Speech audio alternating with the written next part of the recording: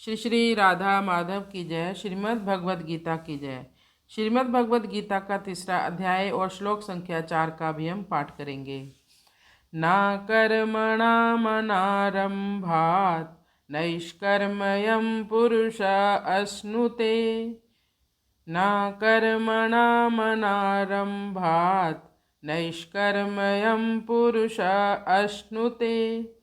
न चासन्न्यस्नदेव सिद्धिसमधिगच्छति। न चासन्न्यस्नादेव सिद्धिं समधिगच्छति। अब हम इसको फिर से दोहराएंगे। न कर्मणामनारंभात् नैष्कर्म्यं पुरुषः अश्नुते। न चासन्न्यस्नादेव सिद्धिं समधिगच्छति। नैष्कर्म्यम का मतलब है आपकी प्रेजेंस में, आपकी चेतना में सब कुछ होता रहता है।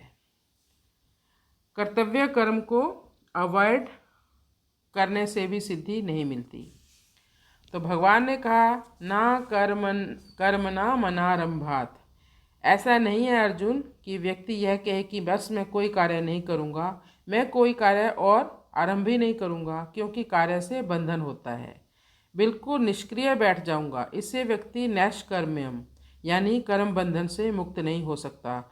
जैसे कोई डॉक्टर हो, चाहे ये सोच ले कि मैं कुछ नहीं करूँगा, चाहे वो उसके पास कोई पेशेंट आ भी जाए और उसको इलाज भी सब पता है, करना भी चाहता है, लेकिन मन बना बैठा है कि नहीं मैं पेशेंट को नहीं देखूंगा, लेकिन फिर भी उसकी चेतना में ये चलता रहता है कि अगर मैं पेशेंट को ये कर देता, मैं ऐसे इलाज करता तो ये ठीक, तो कोई ना कोई तो कर्म उसका चल ही रहा है, दिमाग में चल रहा है।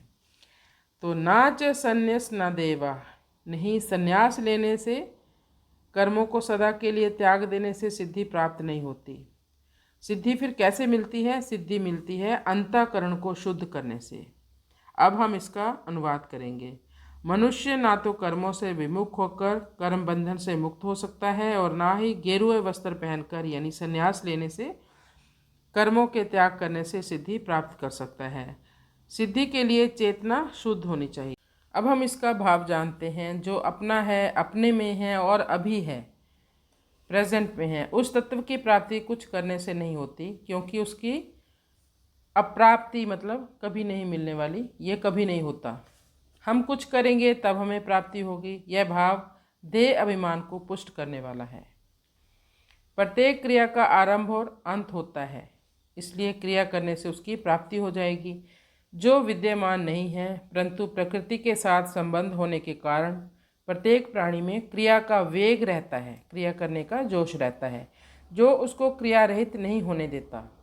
क्रिया का वेग शांत करने के लिए उसे यह आवश्यक है कि जो नहीं करना चाहिए उसको ना करे और जो करना चाहिए उसको निर्मम तथा निष्काम होकर करें, अर्थात अपने लिए कुछ न करें, केवल दूसरे के हित के लिए ही करें। अपने लिए करने से क्रिया का वेग कभी भी समाप्त नहीं होगा, क्योंकि अपना स्वरूप नित्य है और कर्म हमारे अनित्य हैं।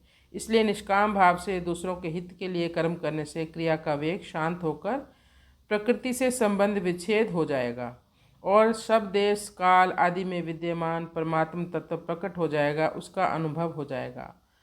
तो कृष्णाय वासुदेवाय हरये परमात्मने प्रणतक्लेशनाशाय गोविंदाय नमो नमः।